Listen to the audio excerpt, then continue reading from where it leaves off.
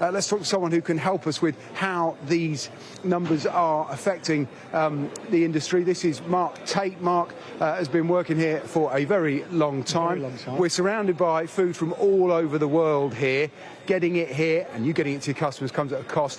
What's been happening to prices this year, and what have you seen just recently? We've had a very, very hard year. Produce has been very, very short and very, very expensive. Having to source the product has been a major problem, but we've managed to carry on.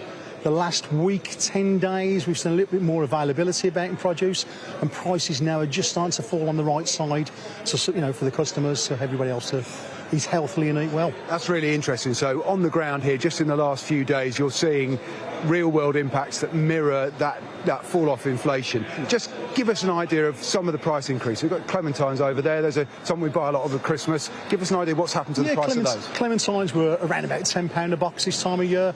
We've been £18 a box, which is a colossal rise there.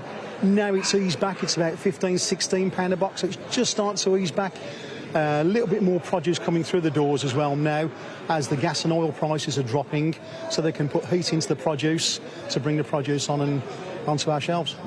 Eggs is another one we've talked about a great deal. Avian flu's been around. Just give me the numbers on a box of eggs. A box of eggs was £32 probably 4 months ago. We're now £70 a box.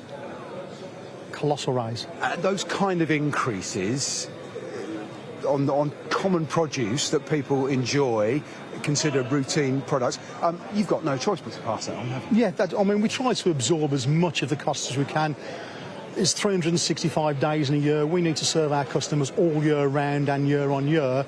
So we try and absorb as much as we can, but we can't absorb it all, and that has to be passed on to the end user.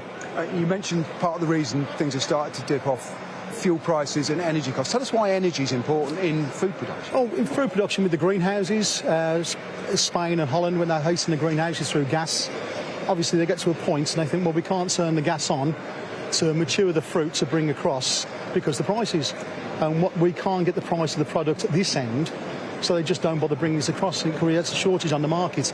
As the gas prices have started to drop, they're turning the greenhouses on there, bringing the fruit forward a little bit more, and it makes it easier for everybody else.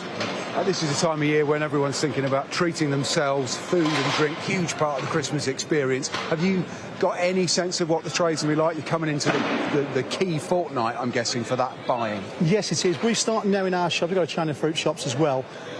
Noticed considerably difference in the last 2 or 3 days. People are starting to spend a few pound in there. Christmas trees and wreaths are sold very, very well. The prices now are easing back. Blueberries, raspberries, things like that, make them very, very affordable for the public to buy in the shops now, easily back. So I hope everybody has a happy, fruitful Christmas. So it's good news. Thank you, Mark, for giving us that picture.